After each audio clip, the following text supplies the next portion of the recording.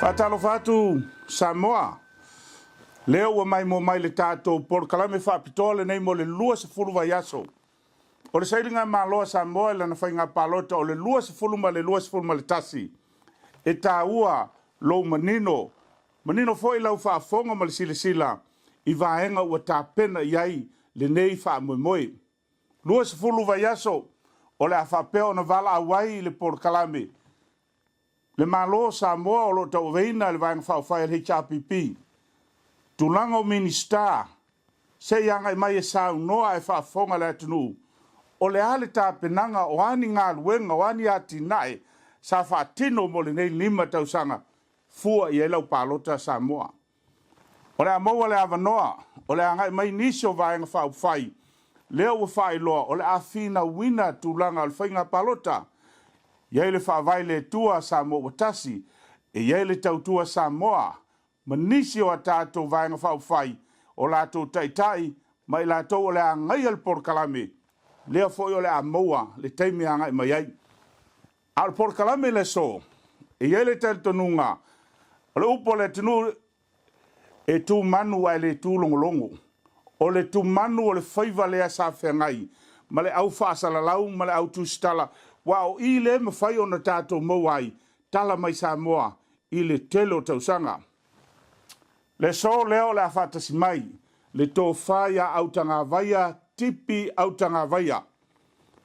O le nei tamali o le tātou atunu, ia wa ova le tolu se furu tausanga, o tautua le ngato le itio, o nuisi pepa, o televise. I le taimi nei, o lea vea mafofonga o lo momoli mai telefou mai Samoa, i lungo le radio Samoa, ia mawaianga foi o le itio al Pasifika. Whaatasi mai le tātou polokalame le so, le lua a mesene. Tōris fulufoi tausanga o tautua i tūlanga o whaasalaunga, mai a Amerika Samoa. Se yo o na whaawau mai Samoa, lana tautua i vaenga ese, le itio televise, whaapea newspaper le teimi le nei, o vea ma vaenga o le itio radio Polynesian, ia mani vaenga o le TV3. Le sia tātou malo, leo ua whaatasi mai le sunga le tamaita i a langi kerisoma. Tōris fulfoi tausanga o iai tūlanga o tusitala. Ia tātou newspaper ese sa whapeo na ie le telo tausanga. Le ngata o Samoa e whapeo foi New Zealand. Taimi nei o se tasi o tusitala sinia o le Talanua media. Samoa, e iei le tāua o le whaafonga ia tātou sui tau vā peitai. Se ia mai se mai moanga lau tele, ai latou le nei, sa latou va ai tūlanga o le savalinga Samoa, sa o latou momoli mai foi tala o meo tutupu i Samoa, ai mai se lale tūlanga o whainga palota, o le tātou polokalame lai le so, ia, alo mai, o le nei o le a solo. Whaftai atu lautou whaia autanga vaia, tipi autanga vaia, lea ua maua le avanoa e whaatasi mai. O la momo atu le tātou fesili, se e sau noa, whetalai mai i le tūlanga o se mai moanga, whaatusitala, tūlanga foi o le vaainga i le lautele o le tātou atunu, palota o le lua se fulu ma le tasi. O lea ua fou, lea fou ua mata o na si, tūlanga o sau noanga, o folafolanga, o fuafuanga, tapena o se mea lelei. A o le a se vaainga, a le autusitala. Se e fitalai autanga vaia i sau a vai boanga. O le a se suinga o le neiwhainga palota. A ua i ele mai tau a TELEIAI. O le lua afe ma le tasi o lesi lea whainga palota. Lea sa toe lava ina i ele suinga o le malo. Sa wai ia le lua afe se fulutasi, ia o lesi lea taimina mai tau, ua tulai le tautua Samoa, toe la foi, ia ona iai se whainu mera te le, e angai ale malo, ia lea la o le lua afe ma le lua se fulu ma le tasi. O le a sau mai tau, o le a se suinga, sauni iei Samoa, mo le whainga palota. Ia, e momuan whātaro whātu i lau TELEIAI ia po o lau tō whāli tō leu muanga. Whaafatai fo nei awa noa i le tau mwhainga ua whiangai malau tō whā, ia manisi fo i le maru le tātua tunu i Aotearoa. Ia ua whai ona whaasoa atua i fo ini manatu mani le ngona. Ia ua fo i le whaafonga tāpua i o le tātua tunu i New Zealand. O le fesili le ua au mai, po le aso ui loa i ei ni suinga ua i ei le nei tapenaga o le nei palota. E fua isi palota ua mavae. Masalo o le palota le nei o le luafe luas futasi le tapena i le tātua tunu. O matua te lea o le suinga. Suinga le i tūlanga. I feso o tainga. Ona ua sawa le whaonga ina o le api o fōringa. Ia po le social media maisi lava awala o feso o tainga i tonu o le tātua tunu. Walau tele ai lea manoa e whaonga e sui tau wā ma vaenga faaupu whai. E whaalau ilo ai o lātou manatu malangona. Whaalau ilo ai lātou tau mwhainga. Ina ia maua uma e tangata o le tātua tunu upo le au palota. Ha lātou fuafuanga e fua ia lātou whaionga. Au tanga vaia, e esa le tau o le vaenga lea ua e sau noa iai. E le tūlanga lea o le swing o le lalolangi tene kolosi, pe o le Facebook, o le social media. Pe o lea ua whaonga e sui tau vā ma vaenga whaupwhai. Leisi lea awala e vatu le whiau e vatu ai le tapenaga ua iai. Ele iai vaenga ia le telo palota, ma whainga palota sa iai tausanga ia. O le alo fina ngalo, o le asui ele to telo tangata palota, o le sao lea? Ia, whaafitai o lewa e toi tuli loa sela ngona na watu i le amatanga. O le tilo fo ia le temi nei le sao so ta inga lewa iei nei. E peila o le api o fōlinga e tere na whao ngālu tātua tunu. Le iei male manatu whapea, o leisi au wala lea, o te lea i lea wanoa sui tau wā, ma vāenga whao whai e whao ngā, e te mātau mai fo i lau tō whāre unu moenga. Tau sanga ia ua tuana i maisi palo te umawai.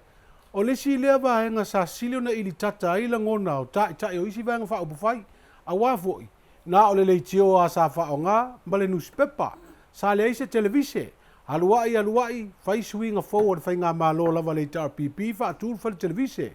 Ia wa iai lesi au ala visota inga, peita iane. Sa wha pe nao na pe noa tia na o le itua le malo le tu. E wha o ngā awala i o wha asalaunga le ati sila fia TELEIAI. Na o al wha masinonga na awe le tama a inga. Le whai ngā maro le RPP. I le wha asasao la tau le televise. Ma le tio le pule le malo. Teimilal nei, o le fua ali la ngona wha alia o. O le vanga wha upufai o le wha tuatua i le atua Samoa o tasi. Ma isi pati. I le tau fiofio la tu awa noe e whale televise e whale ele. Awala o wha asalaunga o lo pule le malo. E ma weo lātou awa noa e Faatalanoa o lātou langona ma faaupu. Ia, o leawa iei le api o fōlinga, leawa e sila mo uwawa iei. O whaao ngā e le pāti, ma ia fwoi vāanga faaupu whai. E whaasara lau atu ai i Samoa ma le lalolangi. A lātou fwoi tau mwhai ngā olawinga. O leawa iei lisi whai, toa le whaao ngā o wala whasota inga. E awa noa ai a pāti ma sui whaatu. E whaali o lātou langona, peitai, o lae lava e atu ngadu. O le sai tia lātou i au wala o whaasara launga. Le tongi tupe iei lau tongi la fonga i Samoa. La foa mai fina ngalo le li palemia. Ele se me fa pena. Ele se me fa pena tupu. Ai na faiso na fina ngalo stasi fa Talanoa mai si a wala fa sala ngai Samoa. A mana o ele vaenga le faonga. E tongi la tupe. O le facilita ua la TELEIAI. A fai o wala fa sala ngai le tongi lau tongi la fonga. Ai se ala e tongi ai ni tupe. O le tongi tupe o mai la tudo. Lau fionga le lua.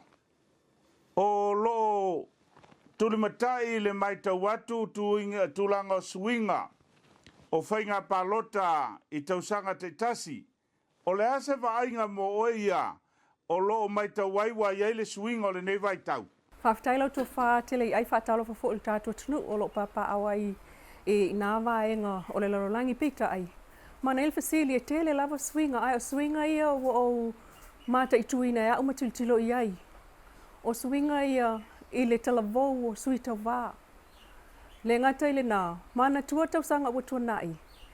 I le luasfulu tau sanga ua mabai. O i lātou ia e le i taitai o na atua se ta i luasfulu tasi. Le lau a mata o nga solo mai nei e palota.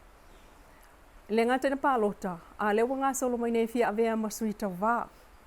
Le ngata la o tangata ia sa fo i lea sa tutu mai tua o ni talavou.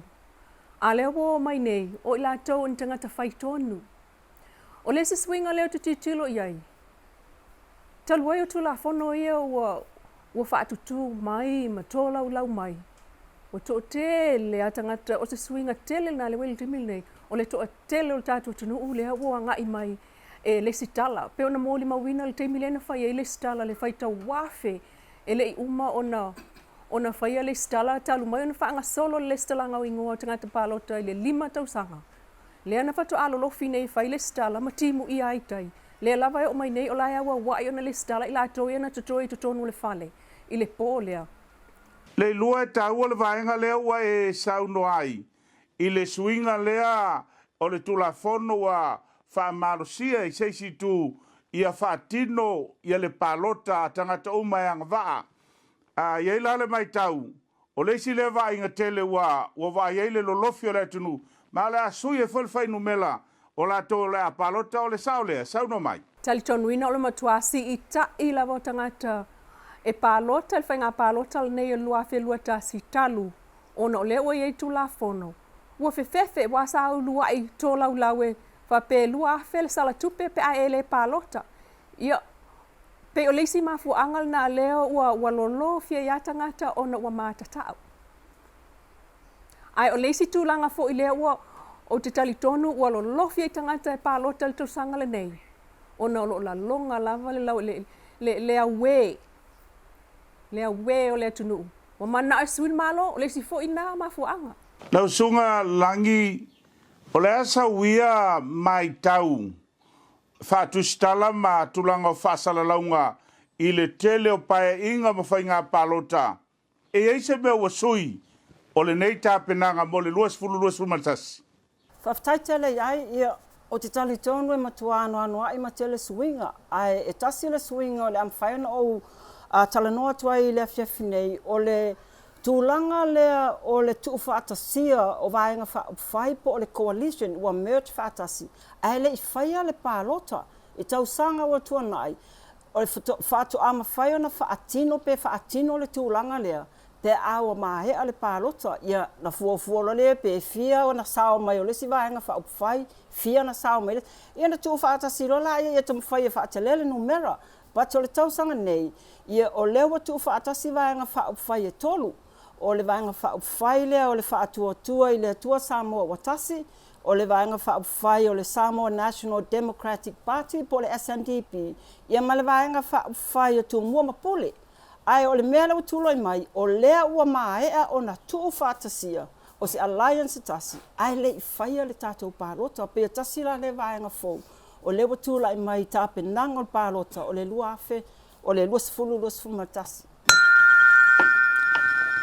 O le avavai foi o le tātou Faatalanoaga.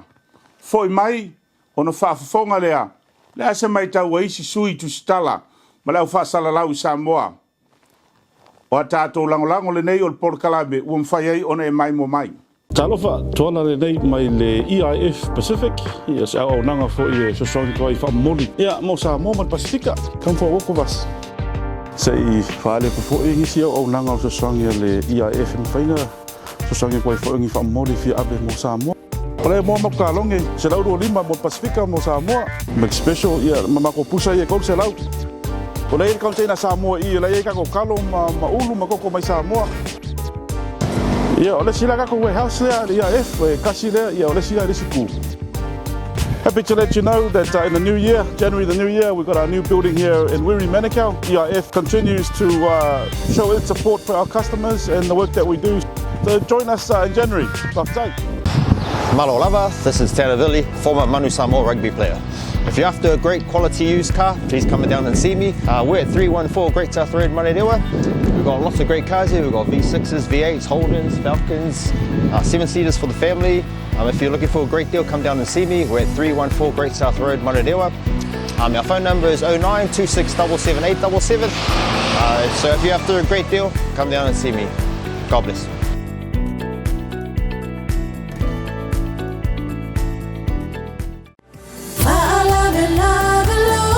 Fai wo te uti le seleni mana o mea wawe se so swani mo so se whaalavlave. Vili mai loa le whaalavlave longs i le olua tasi, olua iwa, lua ono fitu o. O lua tasi, o lua iwa, lua ono fitu o. Matala noa i le fionga ia tofilau esta tofilau. Mo sau nono ngā tupi, e iai ngā whapitoa.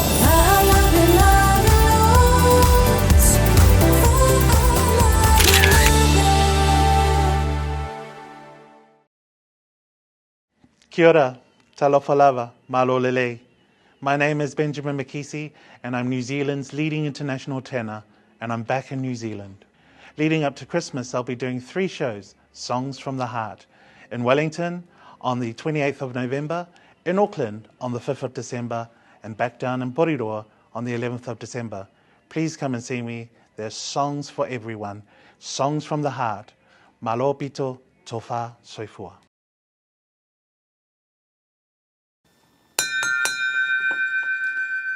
Leo te foi mai le tātou Faatalanoaga. La sau whaafonga Samoa. Te le ale swinga. Iei swinga ia o la tātou vaia. Ile whainga palota o le luas furu maltasi. Langi, tāua le mea lewa a sau noa iai. Ile si swinga o le vainga o le tātou palota o le luas furu maltasi. Tele vainga faaupu o le tulaga masani. E finau lava sei le whainga palota. Ia ona Talanoa lea, ia matau mawhai tu whaatasi se whainga malo coalition. A o le whainga palota le nei, o lea wa ngai ia le fast, ma isi vaenga e tu whaatasi, a le ia ngai, e te le ia o le suinga la, i la ngono tangata palota, o na pe o le watasi le au waa, o lea le a ngai ei, i lo le tau mawhai vaenga ese, o le saoga le nā langi o lau saunoa. Ia o lea lava. Na le stala lava le pāti ia. Nga o al pāti ia le stala latou o le pāti e tasi. Ia peitai wa alwai ia alwai. Ia leo wa i foi. Ia leo pe wa tuu whaatasi. Pe o le langona le nā pe on tā ua le ilua. Ia o le alangan na le to te le o nisi foi o le atunu. E mana foi le sui ia le whainga malo. Ia atonu ai o le awala le na tilo pe sila ia tai o nei vaenga faaupu fai. Ia leo wanga ia fai. Autanga vaia. O le asau mai tau le nei 5 tausanga. Wa le mea moni e telefoni ati nae mani le lei sa whengai ia ma le nei paia inga. O le asau mai tau o le atunu o ani vaenga me whai o nei whaaso mai. Whaafutai ia la wa amata tuia le vaenga i tu tau ia o onga. Salo ia sirafia umal tātua tunu. Langa le tolus fulu tau sanga o le vang faaupu fai lava le tāpipi le tu le foi. A tātou Talanoa lai tu langa ia onga. Ia le wai le tātou universite. Ma mautele i tuala ia whainga malo sa whaavaele na fo ia tina e tau le onga. Le ua whaasolo mai le temil nei. O le si tu le lei leu te whaatu le tu tau onga. O le ua toi whaafhainga luenga ia tātou wasiasi a onga. O se mea sa tātou iai la tau sanga umawai. Wa o la tau lea sa la tau siaki ina. Po le leina fa nga solo le pulenga la nga tulanga lua le mana nga luenga fa yaonga ai na lua ia lua taofi na tele tau sanga taofi vanga le yasia onga le la boto apo mai yasia onga e asi mba va ai nga luenga pule ma fa yaonga po le ona o ina le fa na ai te matau mai fu tele ai ai su nga sa fa ya mtanga luenga na matau ina ai le matua maua lalo tele o le tulanga o le ola o wino whanau. Mua o le mtau po le whaasaya nisi. Malen matematika po le numela. Lewa to e tau mwhai nei ia le mtanga luenga o ngaiala mai fuafuanga le malo. E tau tia sisi awala. Ina ia mwhai o na o wina whai a onga. Ina ia mautinoa. Ia le lei mata upu nei o aile whanau. O lau whaasoa na e tūlanga ia o onga. E ale tūlanga i whale a onga e tūlanga o whai a onga. Lase mai tau i nisi suinga le lei o lo iai. O lau tali ati tūlanga i whaia onga. Mo le sila fia. Le wat si tia i lunga ia le tūlanga le tomaia o auina o whaia onga. Le wa lantou au sia le tūlanga le universite. E mawai le whailonga tikeli. A wasa ngata mai le whailonga tipiloma. I le tūlanga i le tomai wha onga. Le wa si tia i tūlanga universite. La fua ave iai le soaswani al malo. Tamu whaina ia ave whaia onga nei sanga o auina le universite. Ina ia si mawalunga le tūlanga i whailonga. Ma si ai fo le tomai. Awa mawalunga le tomai ma le whailonga. Tali tonu. O le a leifo ina o i alo ma whanau o le tātua sanu. O whale a onga. O O le malo silia nei nanga le lei mai fale aonga le tātou atunu o le te moli mawina. O le malo Japani. E le ngata ina whau fale aonga fau anu umatua whale tonu fale aonga. Ai o toe wha fau isi fale aonga isi nu umawhio anga. La fe el so swani al malo saina. Ai le o toe whailan tātou fale aonga saina. A o fale aonga na fau al malo saina. E tai miliona tau. E pe o le fale aonga tūlanga lua le fio anga fale vao le fa pe ono miliona tā lana fau e saina. Nai tau sanga utuana iatu ai le whai al palota lua visfuru ono. O le fio anga o a ele, na fau fo el malo saina. Tātou baba aila ia fo i malo anga le ia so swani le tātou malo mwhai paanga. O le saa maila lātou so swani. E ati na e ai whale aonga. Mai au te tali tonua TELEIAI. E le ai ia se whai ngā malo e tūla i mai. Lātou te whaia ni ati na e whaare tonu. Ai mai se a o aonga. E a ngā i uma fuafuanga so se whai ngā malo fo e tūla i mai. Ia whaale leia o aonga. Ia le tali atu rea. Leilua, o le aso finangalo. Ia wa ia no mata i tuina lava le tu tau faatoanga. Talo na tula i mai whainga malo le nei. Sa tau mawhai lava foi. Ewi ina sa alu pa u ia tatou me tau i maketi tulanga tau faatoanga peitai. O loo whaasolo lava ina manuia. O na apa mua lava le whainga malo le HRPP e tina e awala. Amata mai ale ati na e o awala tolu sfutau sanga taluai. Ile amatanga fo ile e amata le whainga malo fa asolo ina whale palota o whaia saminga o awala ngā lue. Samile awala ngā lue. E o fo ia il whainga palota tau sanga fo o tatala awala ngā lue. Awa fo ia whaawau pea o na whai le maintenance o awala ngā lue. Ai ole aunga ole anganga ole HRPP po le whainga malo o iei nei. Ati na e awala ngā lue ia. O le a toe fuata i nai tangata, pe o le a toe tō sina i tangata, matata i ai o tātou tangata i ai. Ua mai uma i lalo i ngata i whale no nofo e po nuu lalata i le sami. Le a matalo an toe a ngā ia iuta, wale la le lei awala. A matalo whaasoloa ne, ua suilo tātou i tu awala. Ma whapena o nā tili sanga whaale lei ai lava awala. Ai, o le tūlanga lei ai, e ui ina olo o alua umale tau sanga ele umas tau sanga e male pel awala tulo. Ia ona toe atina e foile ko e fai foile skakalanga. Ia ole tulanga le leila o awala wai ngā lue faatasi le ia awala ma faatoanga. Ona ua TELEIAI o Samoa mantua Samoa le atunu mua lava i lo tātou i tūlangi. Lea na o lātou ausia. Ia le matati a fo i lea o le millennium coal o le lava o tau sami, po le lava o me tau mafa, Samoa na ausia mua. So le o mea le teimi nei, o lo tele lava tātou tau mafa taluai, o le lei o wala, au mai mata avale, o tofu sia a inga mata avale. Whaangai au wala nei, maati na e lo mata le vau, le ala o whaawawa i lava i le teimi le nei, le lei o whaatuanga. O le si me ma o te mai tawina, i le ama le, Fase fulu tau sanga taluai o ulai titi. Sama sani ona fai ponesi.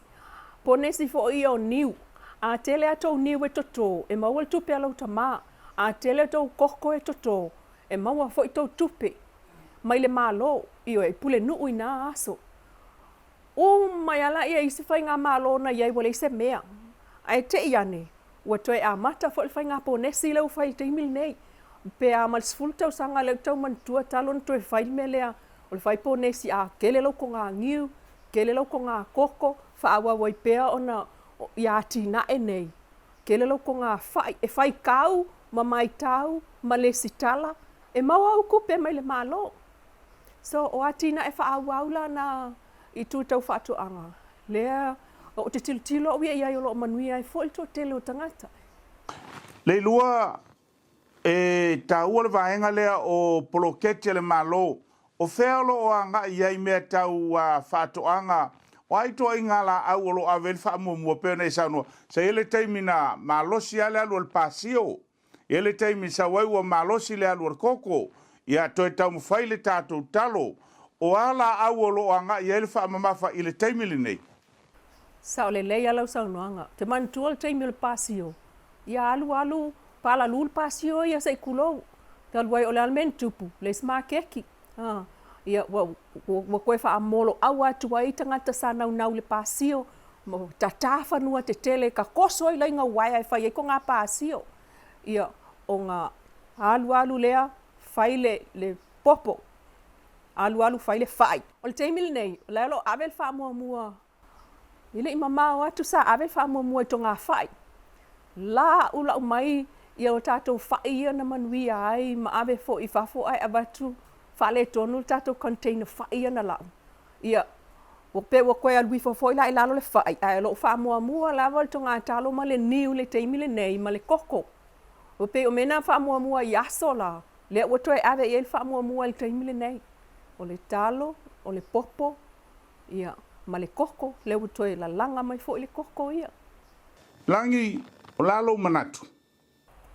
Whaftai TELEIAI, o te talitonu se tasi o vaenga lo walunga i pokalame ale malo o le tulanga le o le soifua malolo ina. Mo se whatai te inga ia, ua tele tausanga ile o toi ai se tātou vaenga fo ile o le komiti tu mama. Leo i latou ia sa tini atu ia pokalame ale soifua malolo ina tausanga o tele pe tai alo wai, te ia wata ofi.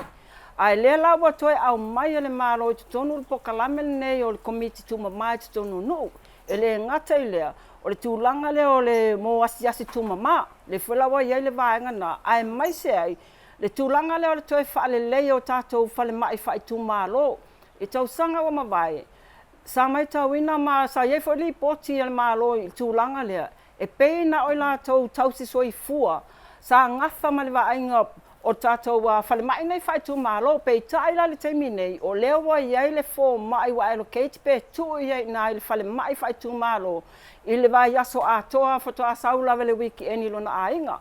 I o se tasila nā vaenga le lei, o leo wa, o se tasila nā vaenga leo matua fia i le atunu, pati patia fo i le atunu le vaenga.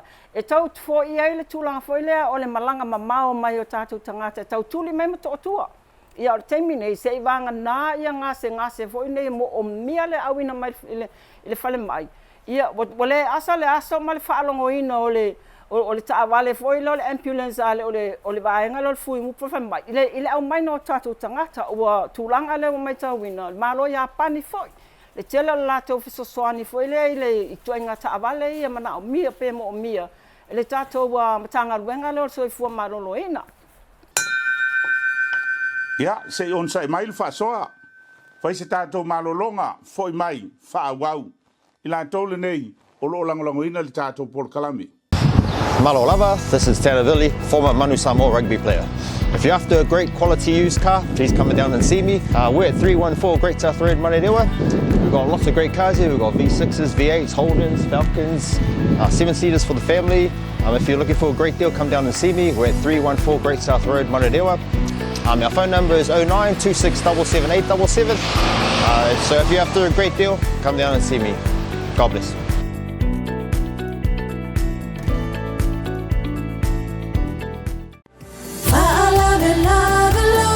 A whai wo te uti le se leni, mana o mea wawe se so soani mo so se whaalavlave. Vili mai loa le whaalavlave longs i le olua tasi, olua iwa, lua ono fitu o.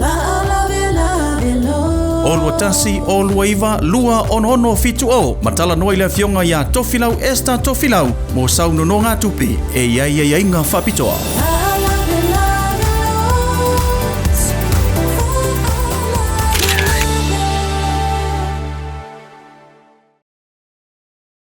Kia ora, talofa lava, malo lele.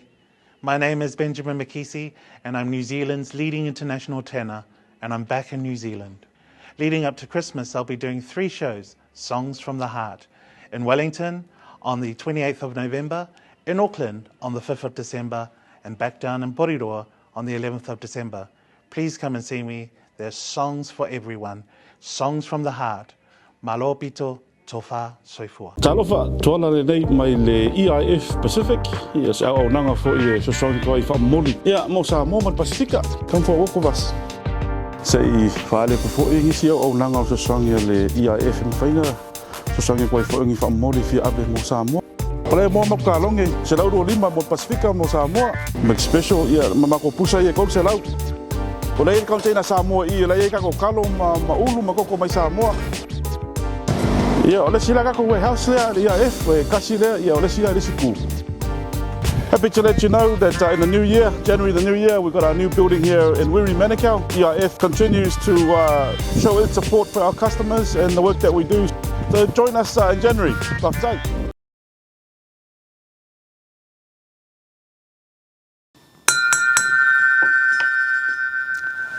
Leo wa te foi mai le tātou Polkalame. Samoa, e le aia se whaiva le asama se mau mau. Ai ei foi le lei o le tapenaga na iai lenei 5 tausaga faauaulau faafofogaga. Langi manai ai le vaega lea ua e saunoa i ai.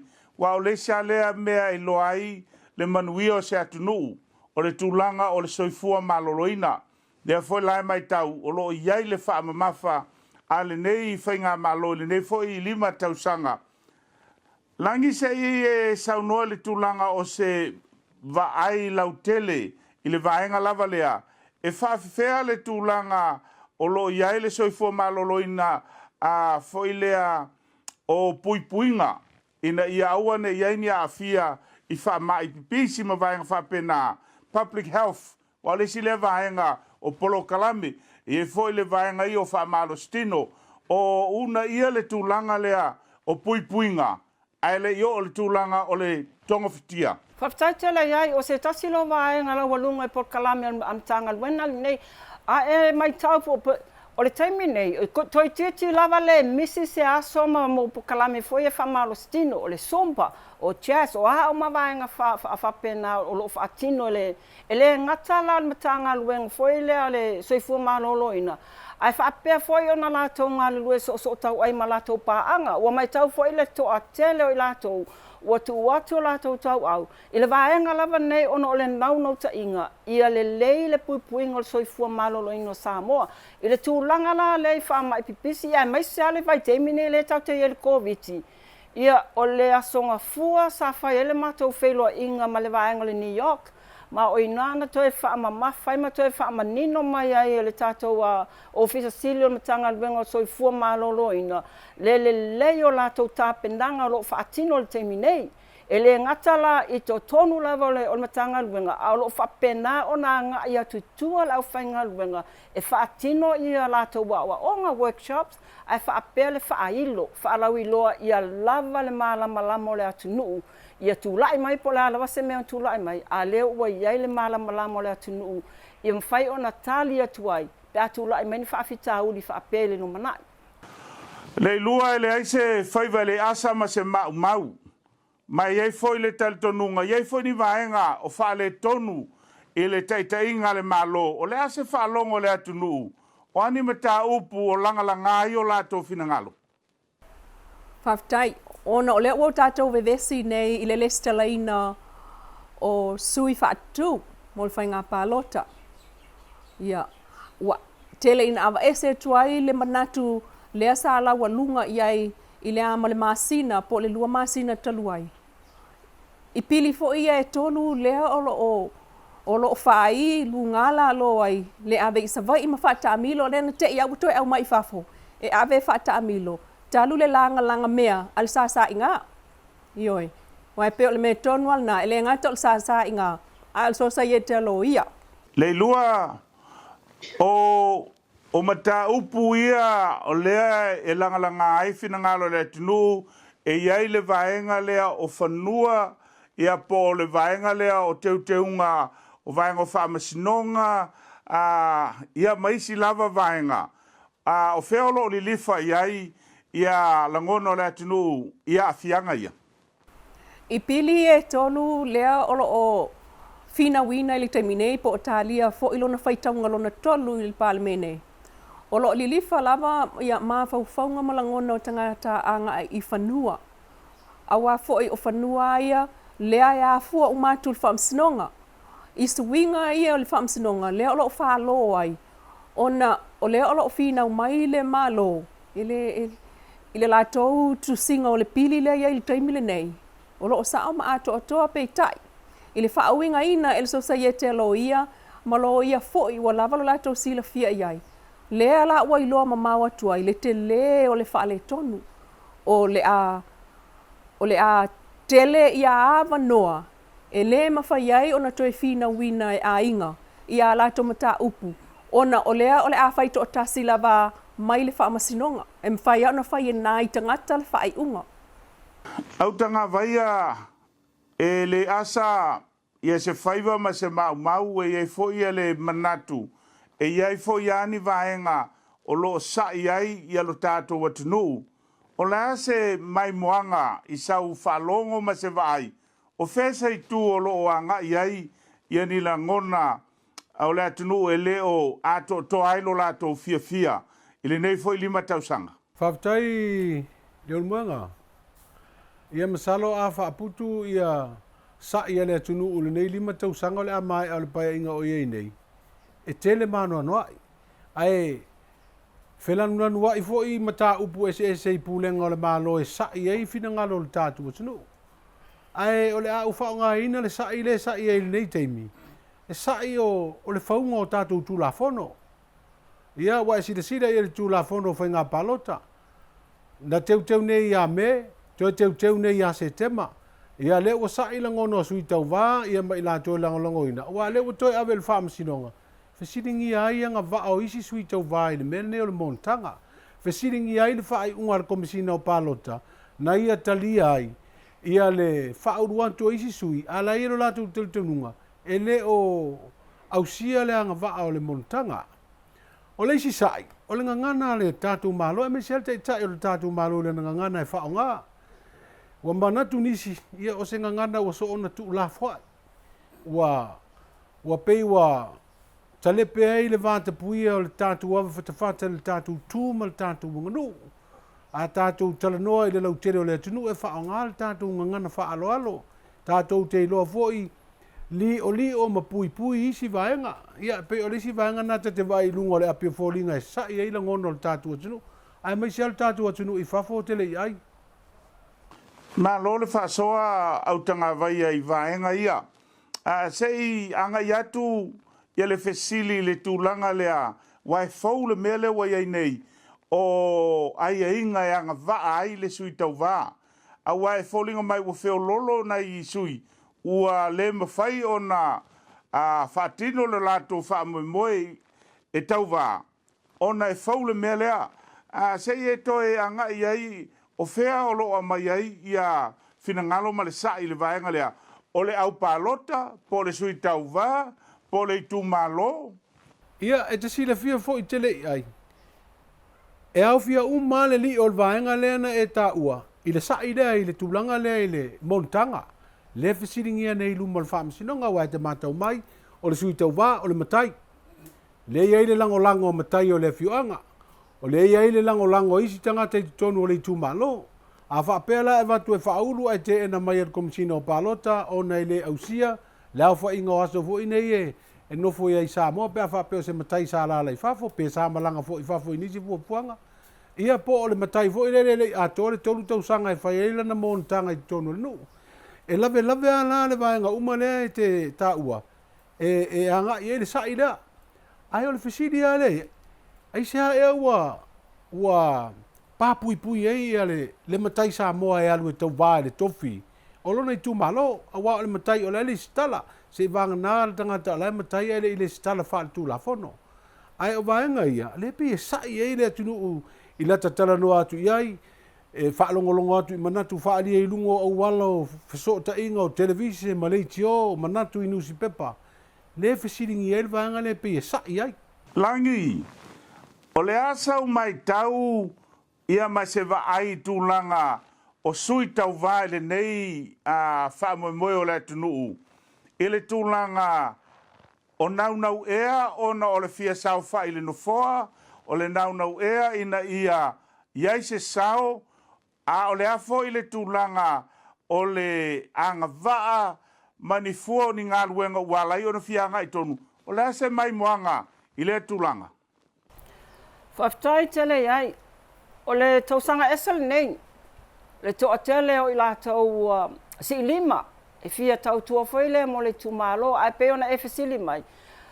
Po le ale tūlanga wa nau wai e fio le palota, o le fesili foi nā mātou te aveina i lātou nei, i o le tali atu mai, i o le fia tau tua e le tūmalo, fia faisa sao fia tongi maa tu tonu la tina o le tu malo ia ale mai tau la ia ele ngata la o le to atela o la to pe i la mai tau ia o to atela le au la iti pe o tau le ai ni tanga tama tu fo ile tu tonu le o le whainga palota tau sanga foa pe o tele le au fou le o mai tu tonu ia i tu tonu foi la vanga HRPP ia e tasi le no foa ia o to avalu to fitu le sui o le vanga e tasi sawe tonu na ia o le talia le tu mai o le fia tau tua i le tu malo ia e pa ula va ia le tulanga na mau te le lo po tulanga mo ile na le ma fu le fia alu ile palota ia po le lo o le tulanga foi le o le seleni ia po le fia alu la vai tonu o le mai o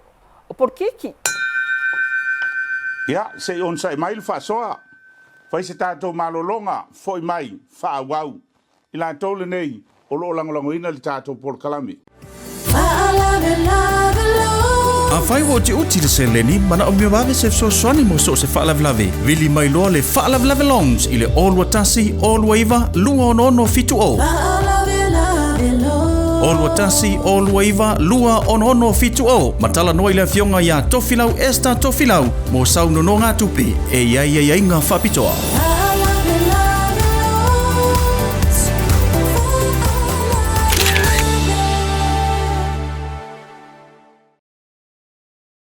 Kia ora, talofa lava, malo lele. My name is Benjamin Makisi, and I'm New Zealand's leading international tenor, and I'm back in New Zealand. Leading up to Christmas, I'll be doing 3 shows, Songs from the Heart, in Wellington on the 28th of November, in Auckland on the 5th of December, and back down in Boriroa on the 11th of December. Please come and see me. There's songs for everyone, songs from the heart. Malo pito tofa soifua. Talofa tola le nei mai le EIF Pacific. Ia se au nanga fo i so song ko i fa moli. Ia mo sa mo man Pasifika. Kam fo o ko vas. Se i fale po fo i ngisi au nanga so song le EIF in faina. So song ko i fo ngi fa moli fi abe mo sa mo. Ole mo mo ka longe se lau lima mo Pasifika mo sa mo. Make special ia mama ko pusa ia ko se lau. Ole i ka tena sa mo i le ka ko kalo ma ulu ma ko mai sa mo. Yeah, ole sila ka ko warehouse there, the EIF, kasi there, yeah, ole sila this is cool. Happy to let you know that in the new year, January the new year, we've got our new building here in Wiri, Manukau. EIF continues to show its support for our customers and the work that we do. So join us in January. Latou. Malo lava, this is Tanner, former Manu Samoa rugby player. If you're after a great quality used car, please come down and see me. We're at 314 Great South Road, Marerewa. We've got lots of great cars here. We've got V6s, V8s, Holdens, Falcons, 7-seaters for the family. If you're looking for a great deal, come down and see me. We're at 314 Great South Road, Marerewa. Our phone number is 09 2677 so if you're after a great deal, come down and see me. God bless.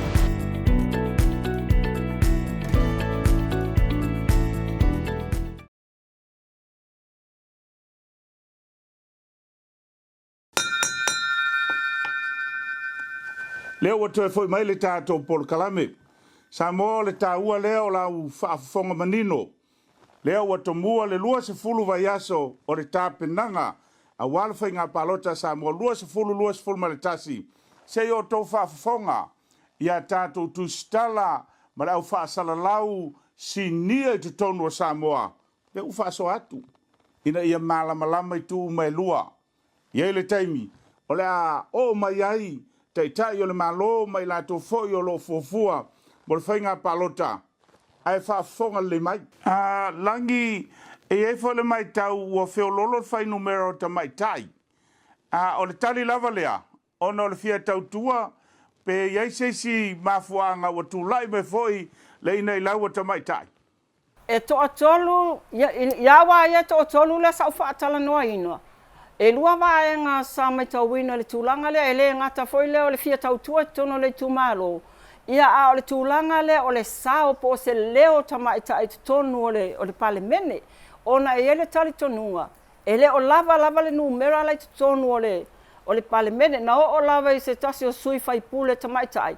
Sa ia whaia foi le la fonga nai tono palemene. A pe asi ilunga se 45% ia tamaitai te tonu. O no winga. Ele o lava ila na ia sila. Le au whai o tamaitai le te tonu o le palemene. Au tanga vaia. E wha moe le filifilinga ia ma le palota ia ngā waa mai latou o lea o lo o tūlai. E fia tau vā le whainga palota luas fulu matasi. O lea sau mai tau, i lea tūlanga oai wa sauni, a oa fwini sauninga wa latou tāpena iai. Ia, o le fasiri oai o sauni, o ani sauninga mani tāpena penanga o iai. Ia o te langona e tusa o maa ia whainga palota.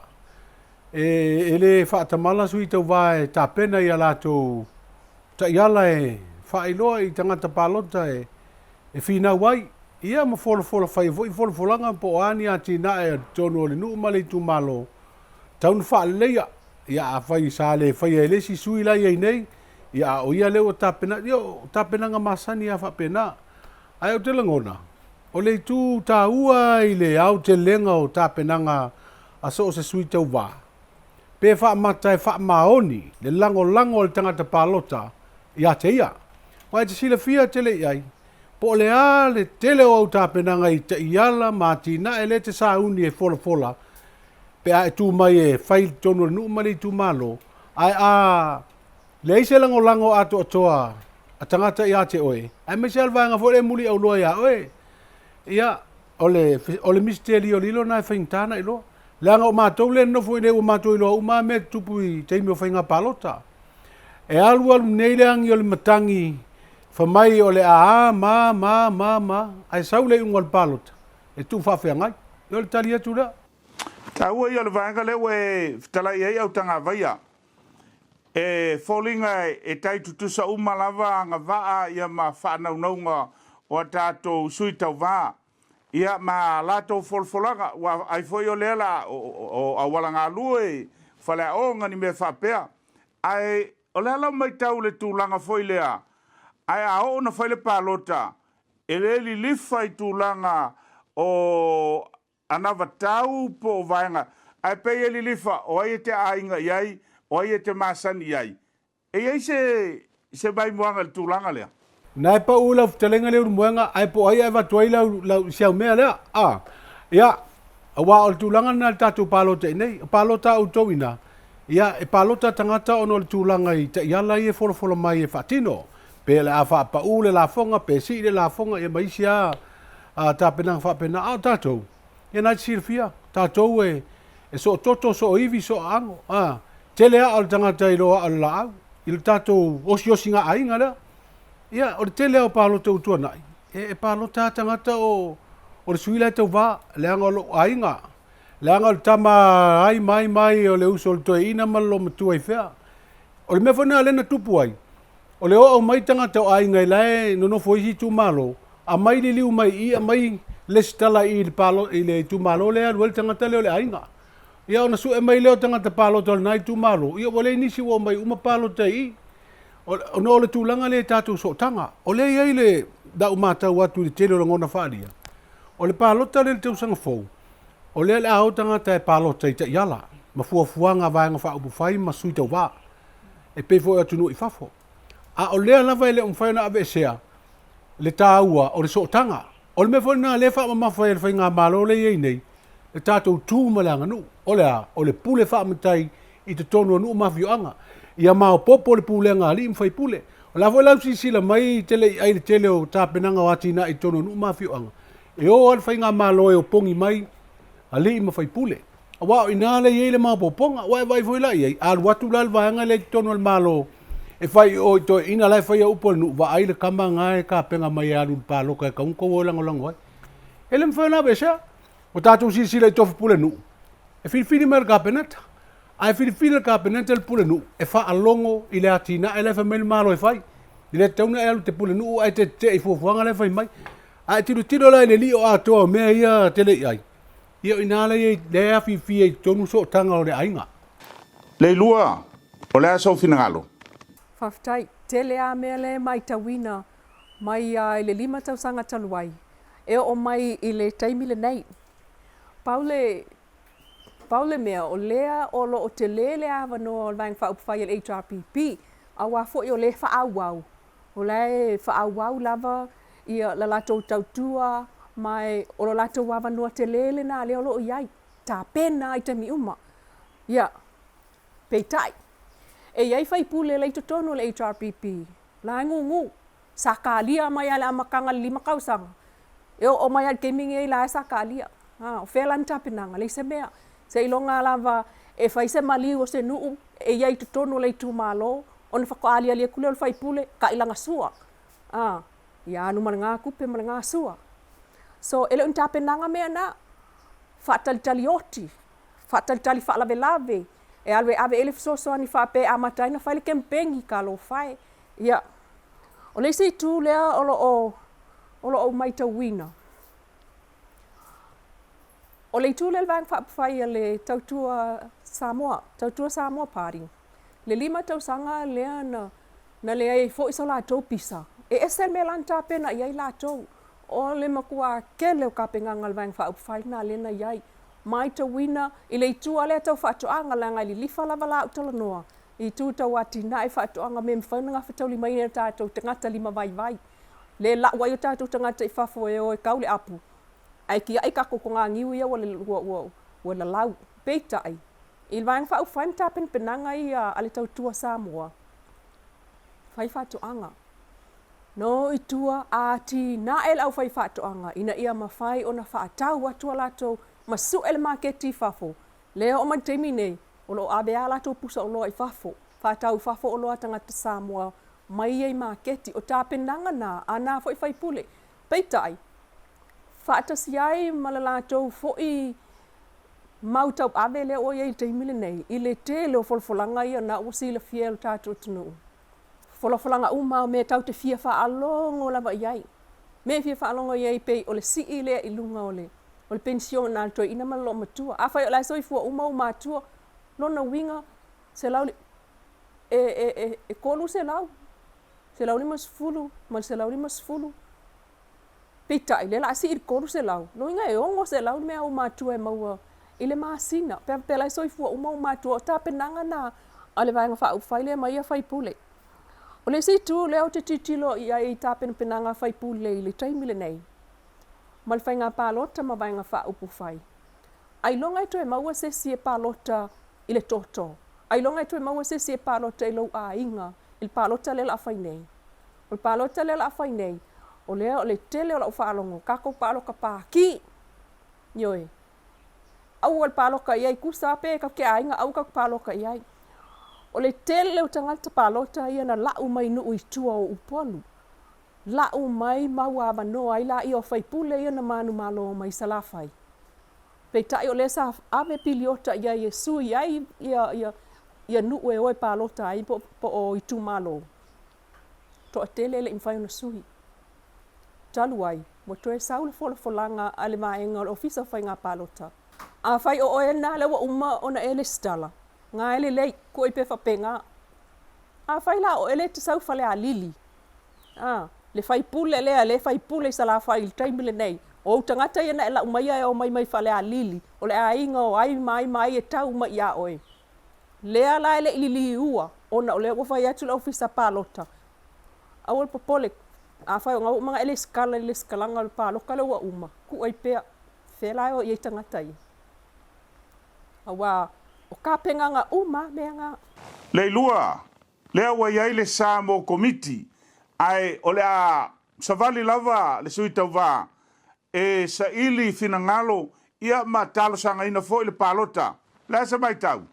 Ua whaasana fai ia komiti. O le e pei o se anga i whanua le na ale fai pule lea na sa wai i palota wa tuanai. Ia lea la wa sa komiti taimile nei. O le mele na le sa te lea ia wha le tonu mao o i tai whaamsinonga.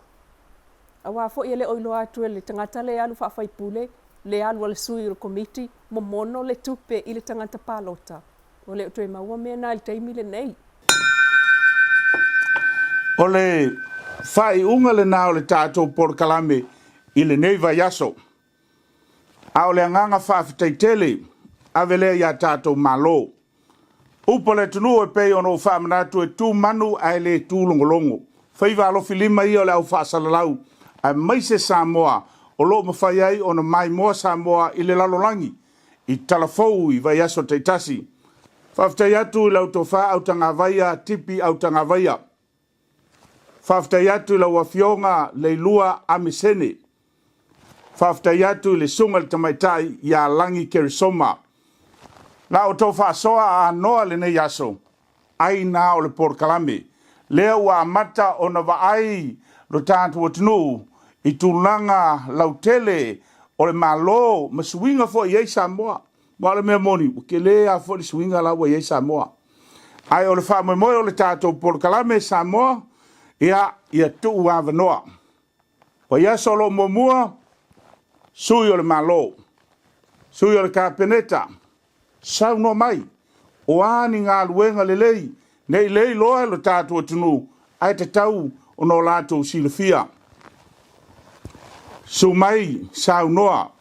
Tai masui o tātou vaenga faaupu fai. E ngai ara tātou porkalame. A lolo latou whaamoemoe e tai ia le malo o ani tapenaga. O ani vaenga e manatu o le asili ai. Lo latou whaamoemoe le tātou fuafuanga. Tulanga le nao le tātou porkalame. Ai pei ona whaamanatu e iei tula fono. O saunoanga e le whaaleanga e le sisui. E le whina uwaleina fo i a tātou saunoanga saunoa lava le sui e lona whina ngalo. Ao le titalo mo lau tāpo inga Samoa ia whai malu lau mai moanga ma lau sila i a tātou porkalame vai aso taitasi. Aso sa whaapitoa i vai aso a tātou malo. Lofa nao le nei a fiafi i le mai moa Samoa to whaasoifua TELEIAI Sunday with TELEIAI.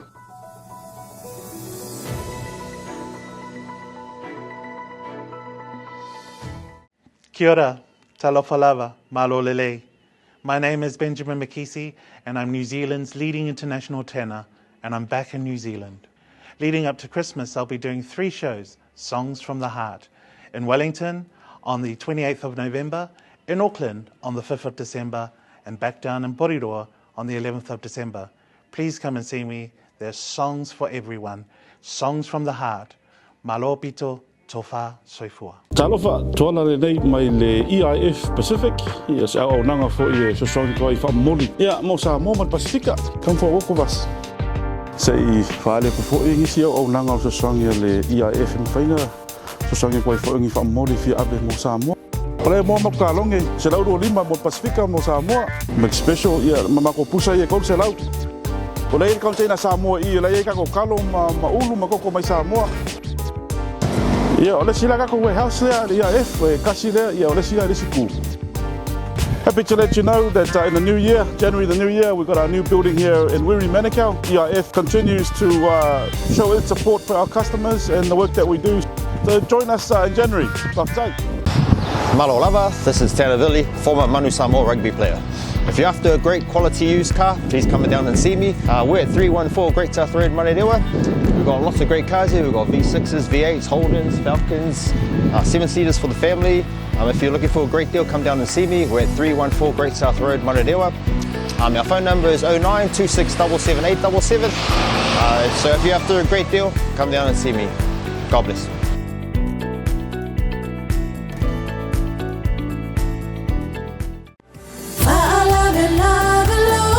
Afai wo te uti le seleni mana o mea wawe se so swani mo so se faalavlave. Vili mai loa le faalavlave longs i le olua tasi, olua iwa, lua ono fitu o.